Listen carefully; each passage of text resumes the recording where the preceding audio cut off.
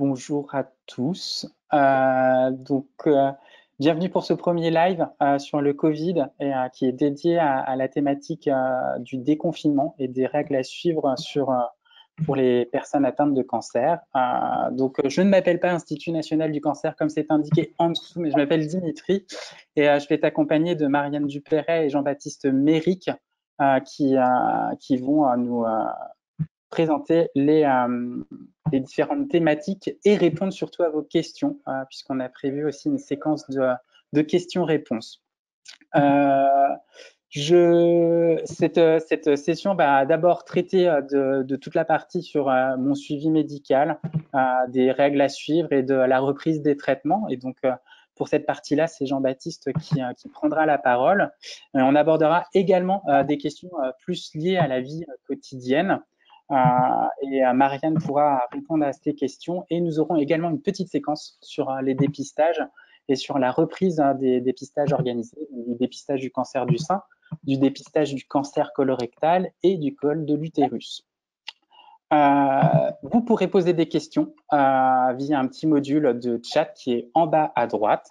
On pourra prendre toutes les questions à la fin des différentes présentations. Mais je vais me taire et je vais laisser la parole à Marianne maintenant qui pourra se présenter et présenter la direction dans laquelle elle travaille.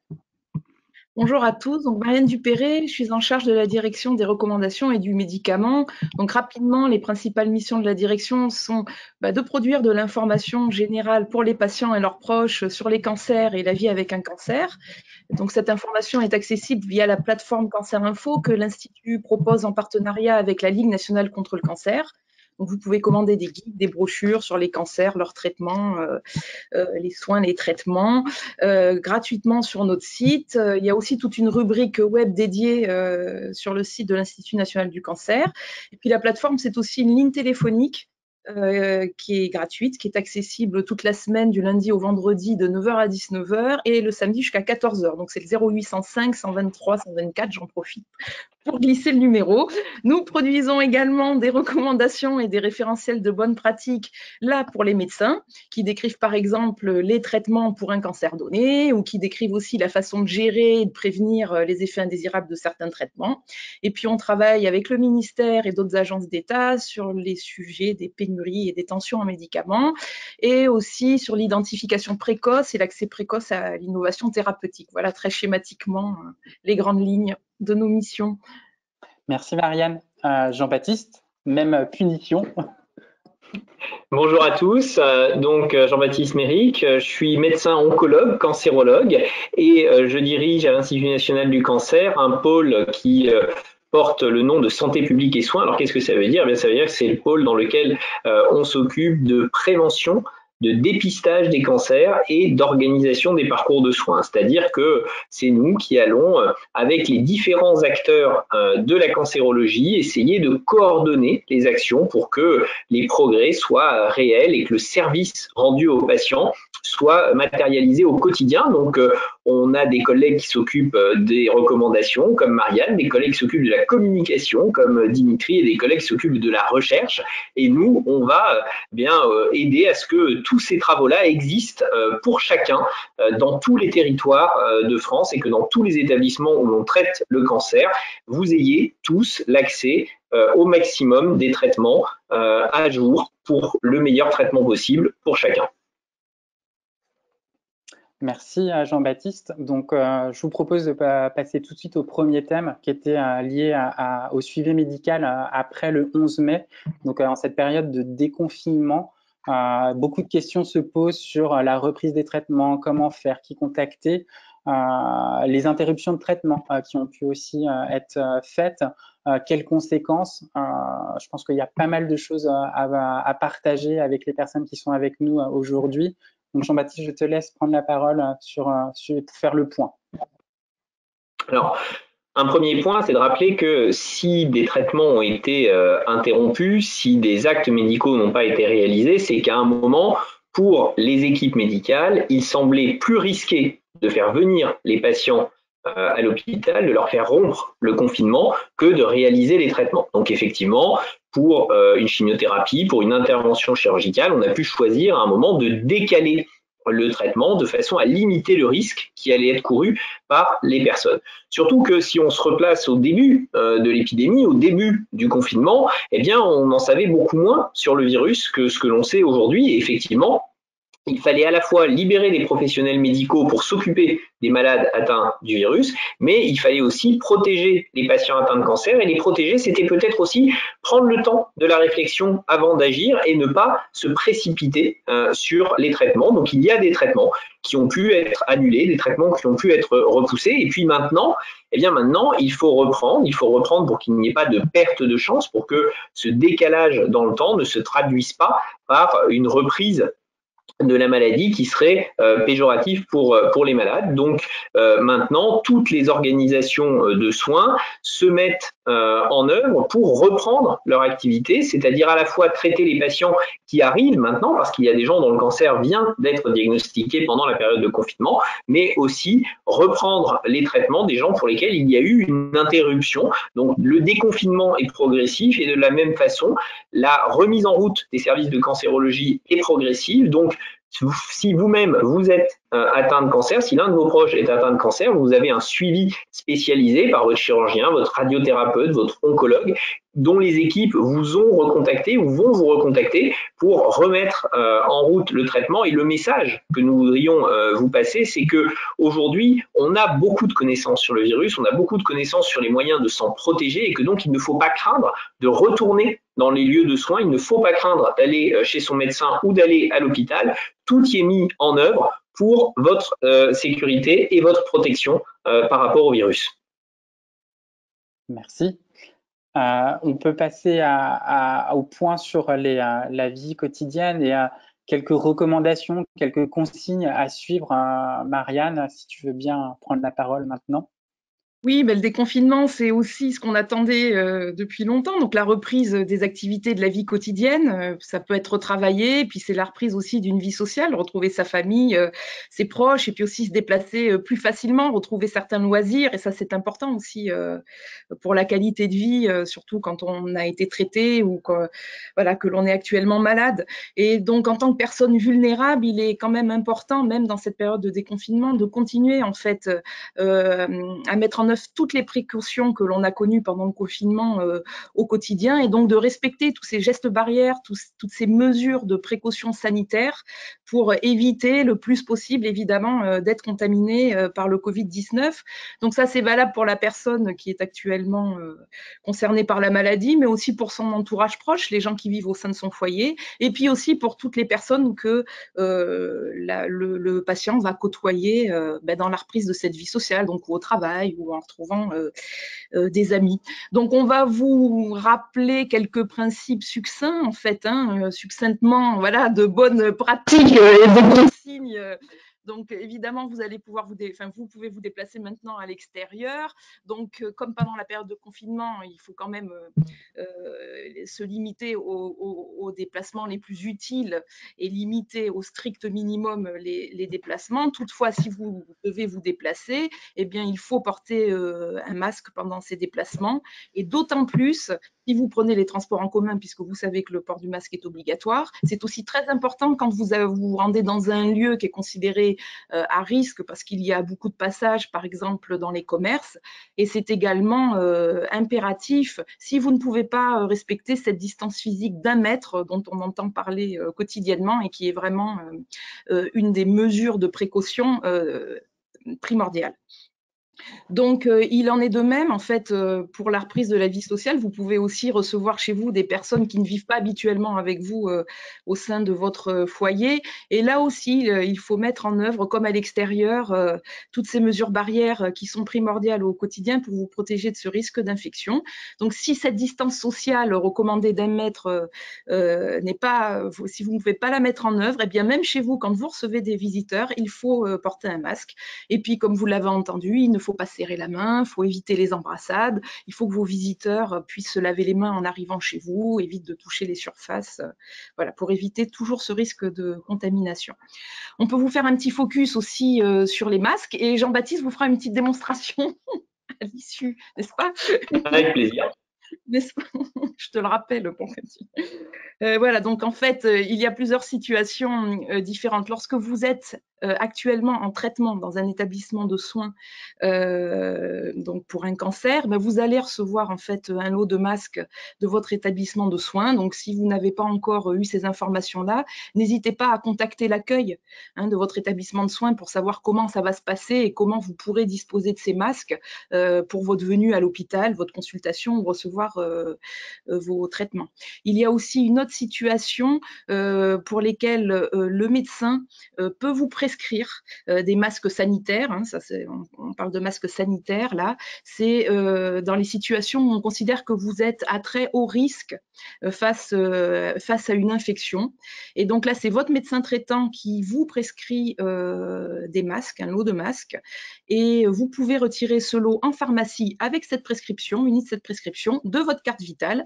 Et cela est possible pour 10 masques par semaine.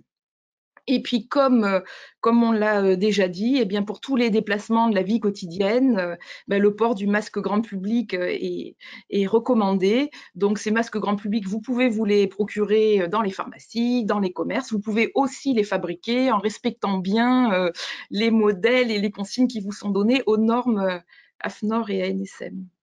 Donc là, je laisse la parole à Jean-Baptiste pour la démonstration de la mise tout à fait. Alors, en place. effectivement, il ne suffit pas d'avoir des masques, il va falloir les utiliser correctement.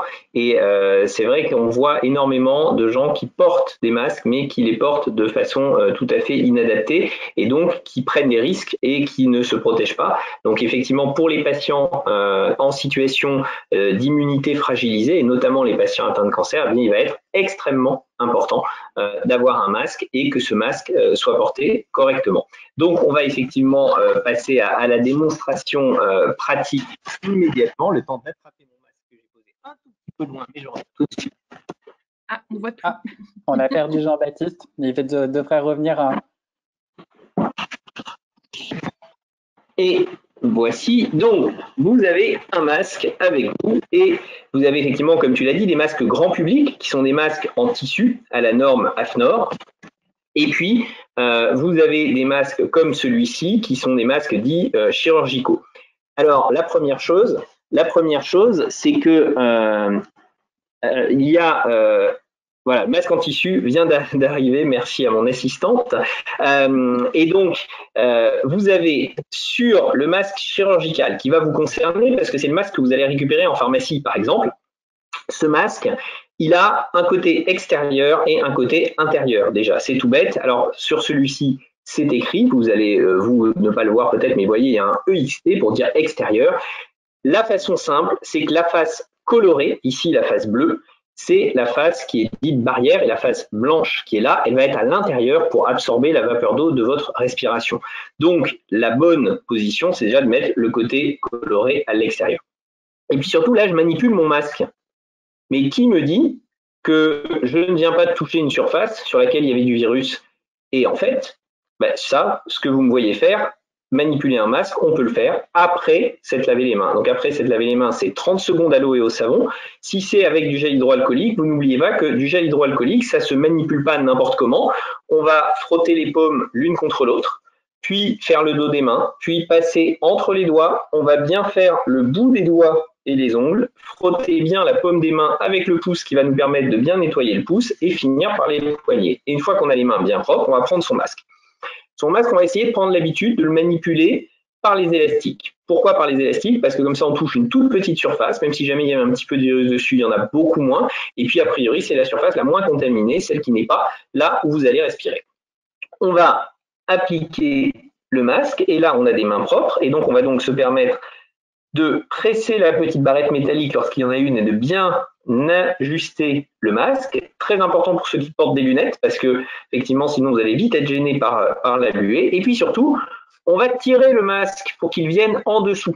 Raison pour laquelle les masques ont souvent, pour les masques en tissu, une zone un petit peu plus grande vers le bas. C'est pas pour le nez, c'est bien pour venir se mettre au menton. Et ici, on a une zone tout à fait droite qui vient ici. Lorsque j'ai mon masque, qu'est-ce que je fais? Eh bien, je n'y touche plus, je mets mes mains ailleurs. Pourquoi? Parce que l'endroit où va se déposer le plus de virus, si je rentre en contact avec quelqu'un qui du virus qui est émis dans l'environnement, eh bien, c'est mon masque. Donc, en touchant mon masque, je vais mettre potentiellement du contaminant sur mes doigts et je vais ensuite, quand j'enlève mon masque et que je vais venir me gratter, par exemple, déposer du virus. Alors, si c'est en quantité suffisante, je peux me contaminer. Par ailleurs, si je suis moi-même contaminé sans le savoir, comme beaucoup de gens qui sont porteurs sains du virus, eh bien, si j'enlève mon masque à un moment, si je le manipule, je peux émettre dans l'environnement des particules de virus. Ce qui veut dire qu'une fois que j'ai mis mon masque, non seulement je ne le touche plus jusqu'à l'enlever, que quand je l'enlèverai, je vais le prendre par les élastiques, le jeter, puis me laver les mains, mais ça veut dire surtout que là, mon masque me protège. Là, non seulement il ne me protège pas et je ne protège pas les autres si c'est moi qui émets, donc tous les gens que vous voyez avec un masque qui est porté comme ceci, effectivement, toute la partie des gouttelettes contenant du virus qui seraient émises par la bouche vont être arrêtées, mais pas celles par le nez, et à l'inverse, vous allez pouvoir vous contaminer par le nez. Donc pas de masque porté comme ceci, pas de masque porté comme cela, puisque je vous ai dit, dès lors qu'on le touche, on va contaminer ses mains, et en le remettant, on va contaminer les zones d'entrée les plus fréquentes du virus par la bouche ou par le nez. Donc, la seule façon qui soit à peu près admissible, si vraiment vous devez garder un masque pendant une longue période, ça va être, par exemple, pour boire, de le prendre par l'élastique après avoir désinfecté votre main, de le mettre sur le côté, vous allez boire et vous allez, pareil avec l'hygiène des mains avant et après, remettre votre masque. Voilà, donc c'est vraiment tout simple, mais c'est extrêmement important. Et vous allez appliquer exactement les mêmes consignes avec les masques en tissu comme celui-ci, qui sont effectivement à la norme AFNOR. Alors, l'AFNOR a défini comment on devait faire ces masques, notamment ce petit volet qui permet d'ajuster correctement le masque et de bien aspirer. Ces masques, ils ont un nombre de lavage qui est déterminé en fonction de l'épaisseur du tissu. Donc, petit conseil, eh bien, vous allez sur votre masque, si vous en avez beaucoup comme moi avec une famille nombreuse où les numéros vont devenir des numéros importants, vous allez numéroter vos masques au stylo et comme ça, à chaque fois que vous les sortez de votre machine, vous allez pouvoir faire des petits bâtons sur le petit papier que vous allez garder à côté de votre machine à laver pour qu'au bout d'un certain nombre de lavages, vous puissiez dire ce masque-là, eh bien non, il ne servira plus comme masque, c'est terminé, parce que le tissu a été trop abîmé par le passage en machine.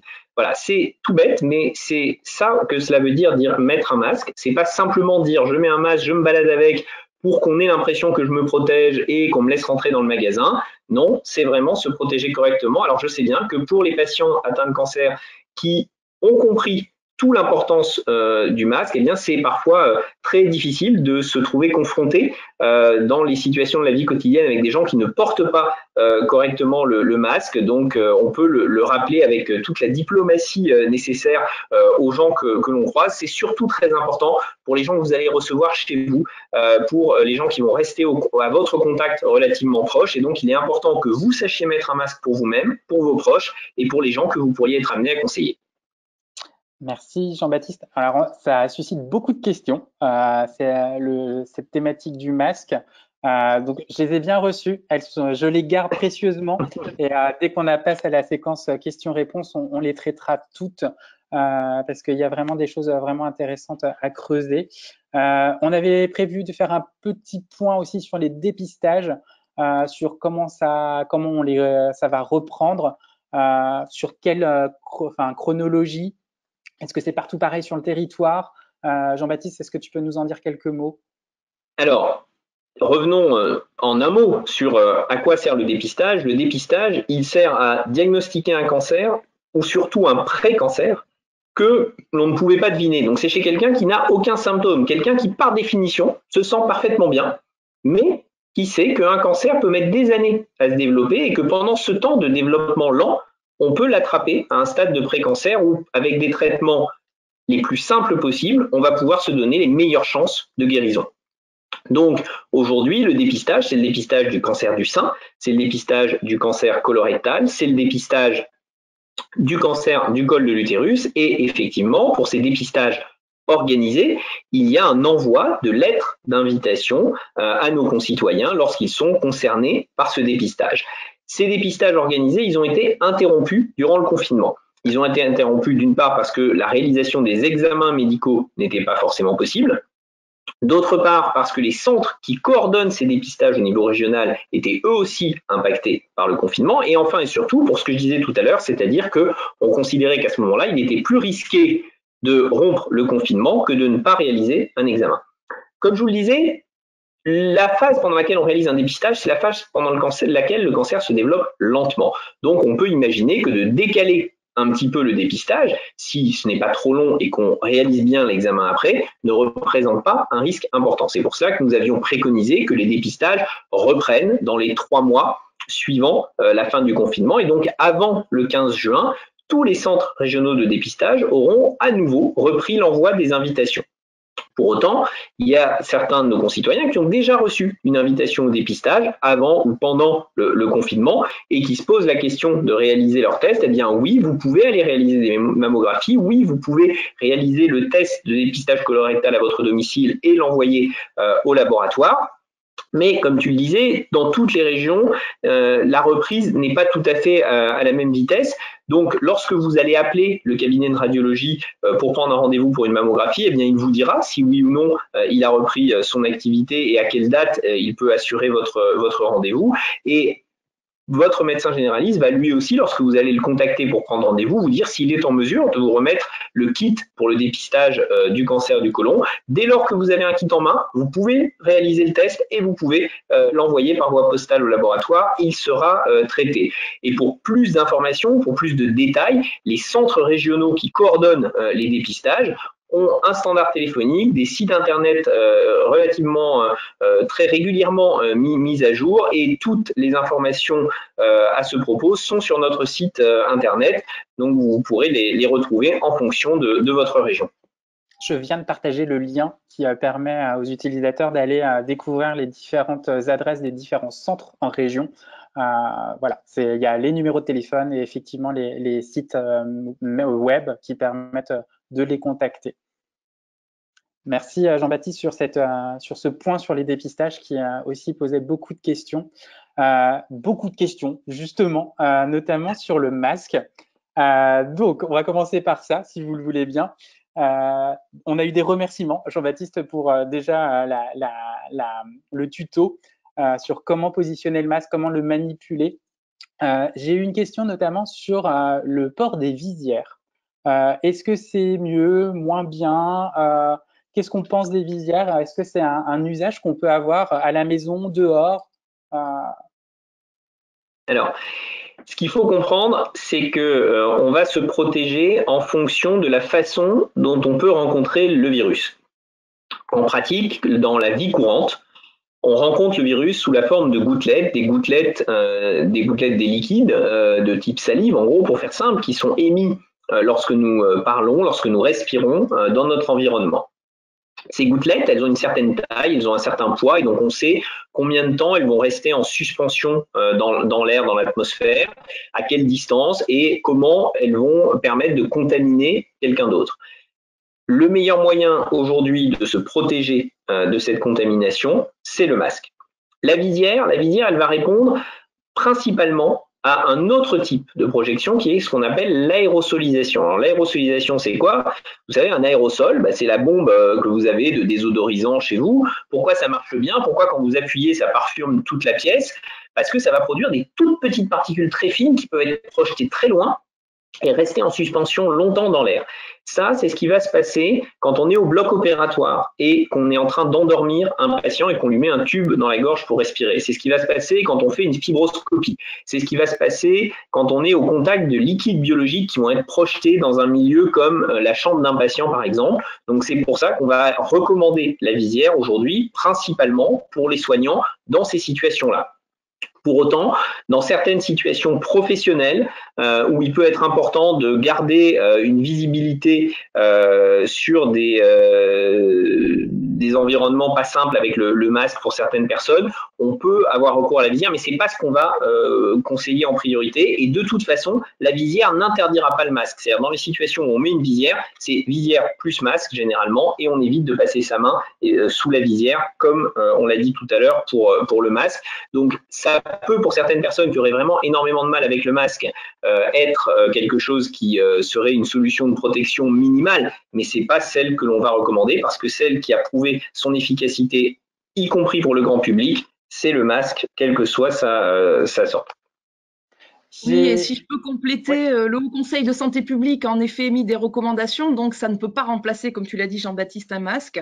Donc bien sûr, ça peut venir en complément dans toutes les situations que tu as citées. Alors bon, pour le côté pratique, voilà, faut au moins que le menton soit couvert, faut que ce soit largement couvert sur les côtés, et il faut que la matière qui est utilisée, évidemment, subisse des nettoyages fréquents, donc supporte ces nettoyages fréquents pour être désinfecté aussi également, puisque c'est quelque chose que l'on va toucher et qui peut potentiellement être une source de contamination aussi finalement. Voilà. Si c'est mal pas de bricolage, quoi. On n'invente pas son masque, on n'invente pas sa visière. Il y a des normes et c'est au prix du respect de ces normes que l'on est protégé. Voilà.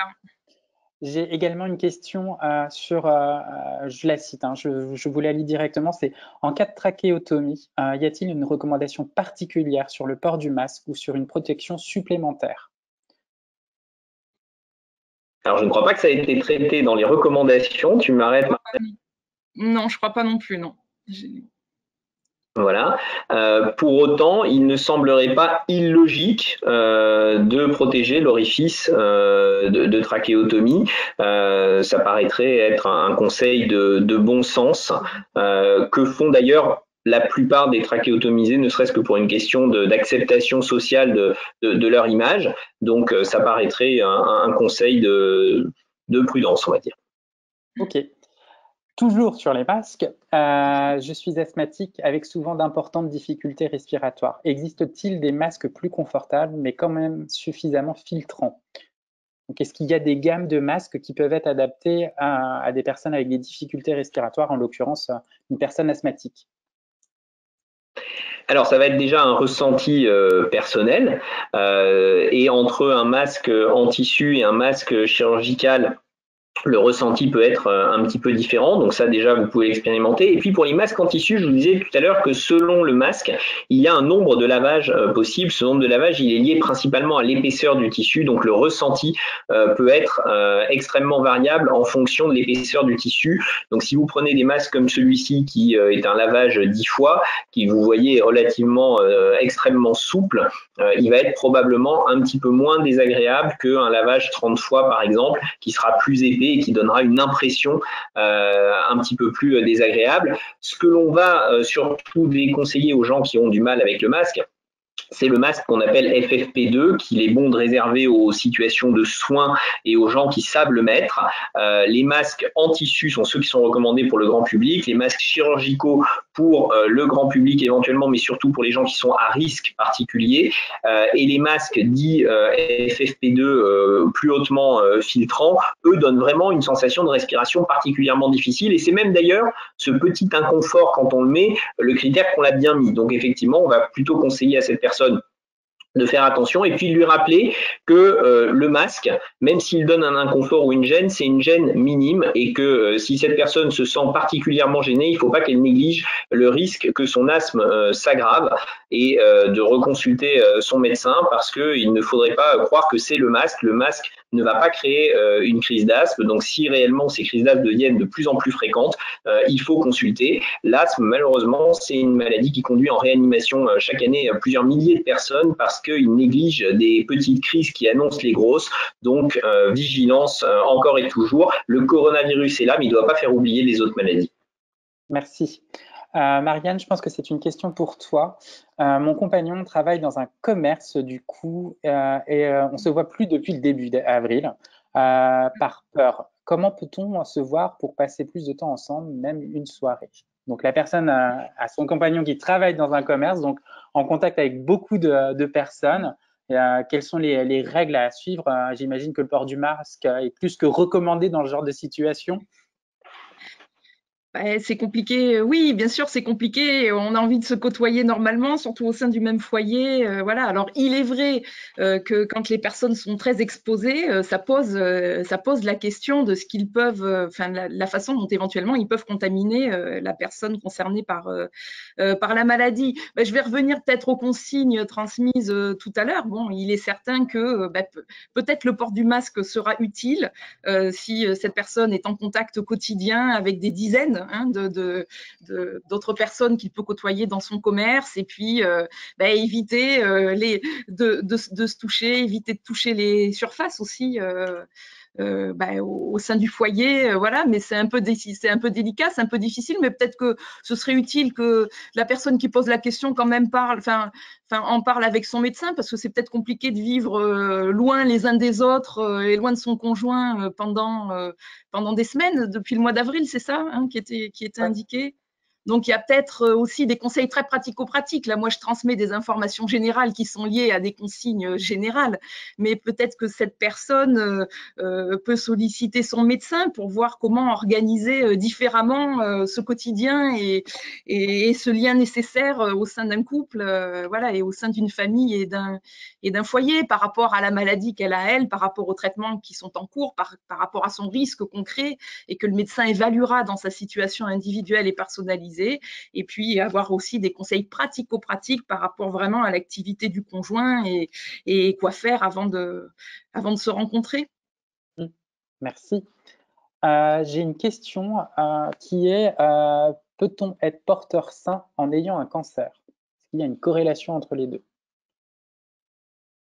Alors, il n'y a pas de corrélation, mais l'association des deux est possible, bien sûr, hein, puisque le fait d'avoir un cancer ne rend pas plus fréquent la présence du virus. On n'est pas plus à risque de l'attraper, par contre, on est plus à risque de complications. Mais ce plus à risque, il est loin du 100%, donc on peut très bien effectivement avoir un cancer, être même en traitement et avoir le virus dans une forme minime, comme plusieurs de nos patients l'ont eu, ou dans une forme asymptomatique ou quasi asymptomatique. C'est tout à fait possible. Malheureusement, une bonne partie des patients atteints de cancer recevant un traitement qui diminue leur défense immunitaire vont eux faire une forme grave, et ça justifie des mesures de précaution. Donc si quelqu'un a un doute sur le fait d'avoir eu ou pas le coronavirus, il peut consulter son médecin et se poser la question des tests sérologiques de détection, mais en tout cas se dire que l'on a été asymptomatique probablement parce qu'on avait des gens malades autour de soi et qu'on ne l'a pas attrapé, et que donc on peut se passer des mesures de protection, ce serait réellement dangereux. Merci. J'ai une question qui est plus de l'ordre des traitements. Je suis sous thérapie ciblée et hormonothérapie, puis-je me rendre dans les grandes surfaces ou dans les grands magasins? Si oui, quelles sont les précautions à prendre?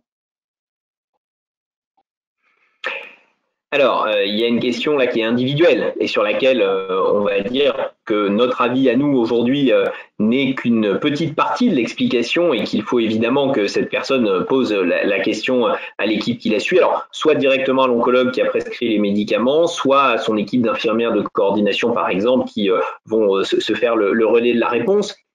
Ce que l'on peut dire, c'est que la plupart de ces thérapeutiques, thérapie ciblée, hormonothérapie, généralement diminuent moins l'immunité que les chimiothérapies. En l'occurrence, si la personne est sous les deux en même temps, elle fait probablement allusion à des traitements particuliers qui sont des nouvelles thérapies ciblées pour renforcer l'efficacité de l'hormonothérapie. Et ces thérapies ciblées diminuent le nombre de globules blancs. Elles entraînent ce qu'on appelle des neutropénies, des baisses de globules blancs comme les chimiothérapies, et elles ont quand même un effet sur l'immunité. Donc là, il y a vraiment un contact à prendre avec son médecin, parce que généralement, dans les premiers cycles de traitement, on a dû vérifier l'effet sur l'immunité du médicament chez cette personne, et donc on va pouvoir la conseiller. Mais plus globalement, pour les patients qui ont une hormonothérapie, et ça représente énormément de monde, et notamment énormément de femmes après les cancers du sein, le Haut Conseil de santé publique a bien dit que si c'était le seul traitement en cours et qu'il n'y avait pas d'autres facteurs de risque, eh bien on pouvait considérer qu'on ne les mettait pas dans la catégorie des personnes les plus à risque. Donc ça peut être important de se rapprocher de son équipe médicale lorsqu'on a uniquement une hormonothérapie ou une thérapie ciblée, parce que dans certains cas ça peut être un peu le même raisonnement, pour se dire que peut-être on est un petit peu moins à risque. Alors encore une fois, Ça ne veut pas dire qu'il faudra se passer des mesures barrières, ça ne veut pas dire qu'il faudra se passer de la distanciation, ça ne veut pas dire qu'il ne faut pas prendre de précautions, mais ça veut dire qu'on peut peut-être être un petit peu rassuré par rapport aux risques que l'on s'imaginait porter. J'ai également des questions sur le fait, est-ce que les personnes atteintes de cancer sont plus à risque que d'autres? Ça, c'est vraiment plusieurs questions comme ça qui sont remontées. C'est est-ce que le fait d'être atteint de cancer,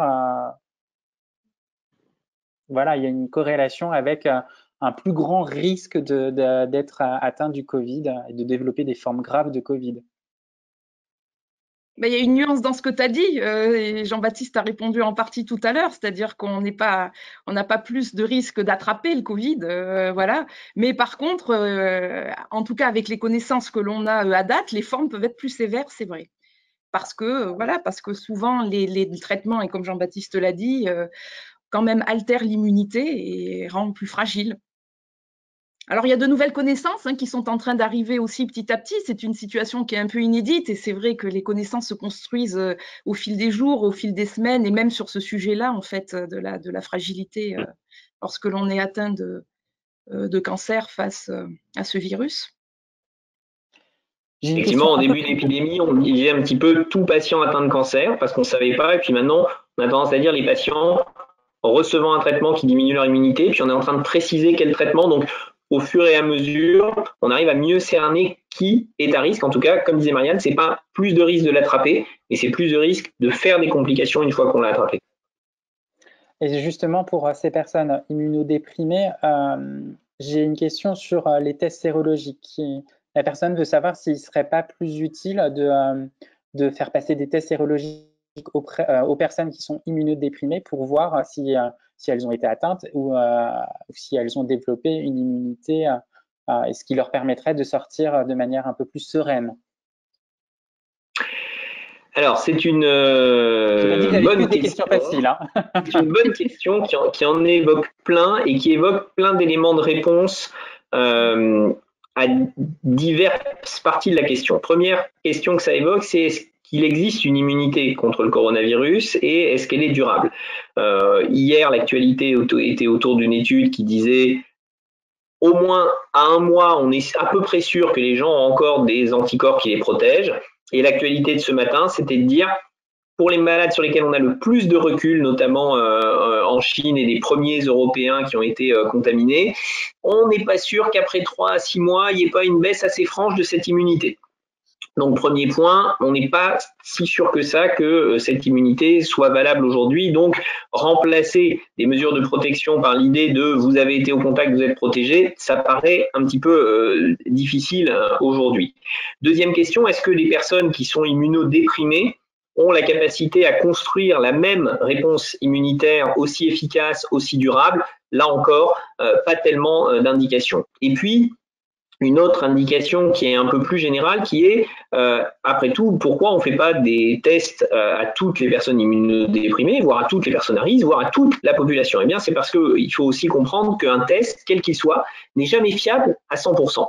Dans tout test, il y a des faux positifs. C'est-à-dire qu'on peut avoir un résultat qui dit oui, oui, vous avez une immunité, alors qu'en fait, ce n'est pas vrai. Et pour des raisons statistiques qu'on ne va pas détailler, mais quand on s'adresse à une population où il y a très, très, très peu de gens qui réellement sont immunisés, très peu de vrais positifs, les faux positifs peuvent être plus nombreux que les vrais positifs. C'est pour ça que la Haute Autorité de Santé, le Haut Conseil de Santé publique, quand ils avaient émis des recommandations, avaient dit les tests sérologiques, c'est pour certaines catégories de personnes, parce que c'est dans ces catégories de personnes que le test a des chances d'être utile et de donner un renseignement. Donc effectivement, là, c'est vraiment du cas par cas avec son médecin. Il y a des situations où ça peut être très utile.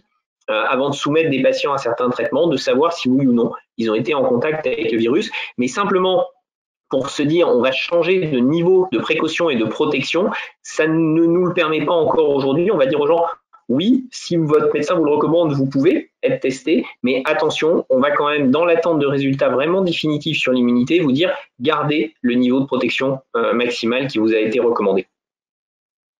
Merci. J'ai une question un peu plus macro sur avez-vous des remontées de terrain sur l'impact du confinement et de la situation dans les établissements sur les prises en charge en oncologie? Ça rejoint ce que tu avais présenté, Jean-Baptiste, sur l'état des lieux, il y a eu des interruptions. Est-ce qu'il y a des éléments chiffrés qui sont remontés, des études qui ont été faites ou en cours? Alors, il y a non seulement des études faites, des études en cours, et juste avant de vous rejoindre, j'étais dans une réunion que nous organisons chaque semaine avec nos collègues du ministère de la Santé, où on met autour de la table virtuelle de visioconférence tous les réseaux régionaux de cancérologie, toutes les agences régionales de santé, des sociétés savantes de professionnels du cancer, l'agence de l'information hospitalière, l'agence de la biomédecine, et où on analyse ensemble l'ensemble de ces données et les préconisations que l'on peut faire pour que la reprise soit la plus efficace possible. Ce que l'on constate aujourd'hui, aussi bien dans les premières remontées de données par les indicateurs officiels habituels que par ce qu'ont remonté les sociétés savantes et les professionnels de santé ou ce qu'ont remonté des associations de patients qui ont fait des sondages qui ont été extrêmement bien menés, c'est que globalement, il y a eu en chimiothérapie assez peu d'annulations. On est avec une hétérogénéité régionale, mais globalement, on est sur 10-15% des séances de chimiothérapie qui ont été annulées, modifiées, reportées. En radiothérapie, on est de l'ordre de 20-25% des traitements, avec par contre des centres de radiothérapie qui ont dû revoir leur fonctionnement, revoir l'organisation de la salle d'attente, revoir les plages horaires de fonctionnement et donc modifier parfois les traitements, raccourcir la durée des traitements en faisant des séances avec des techniques un petit peu différentes.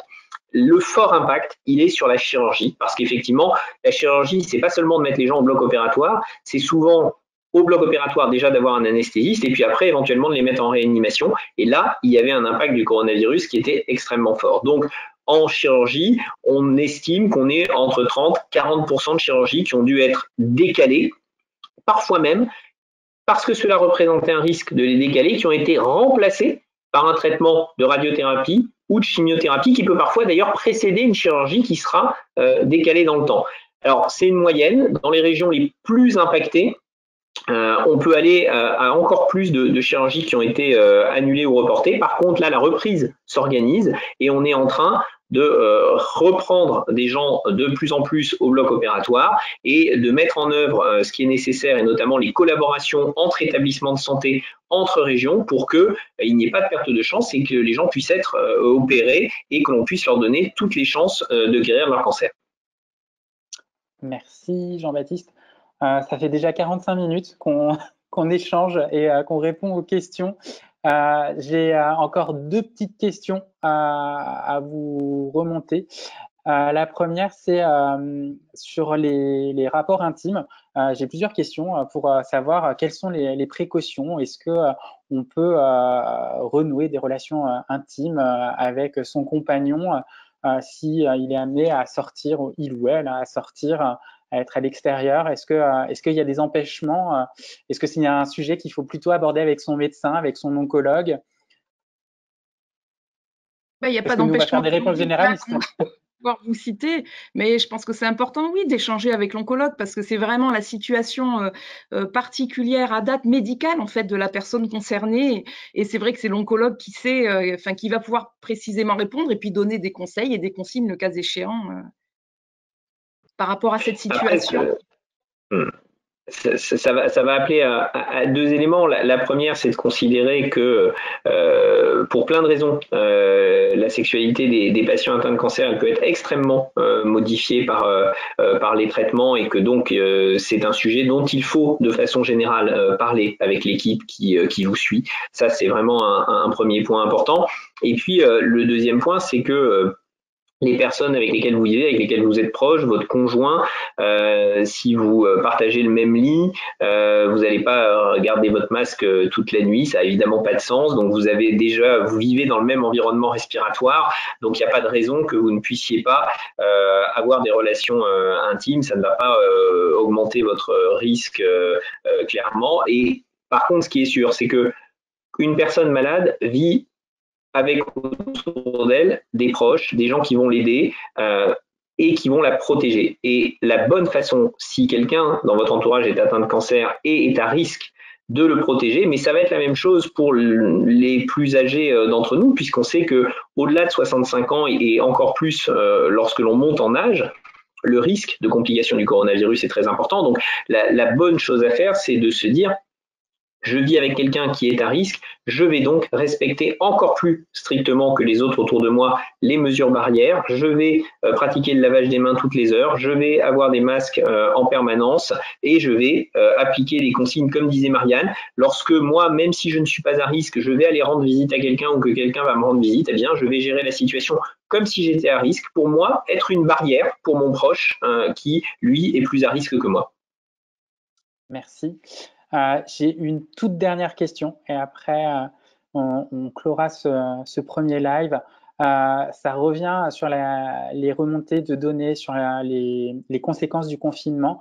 Est-ce qu'il y a eu beaucoup de reports sur les prises en charge en ambulatoire, en immunothérapie?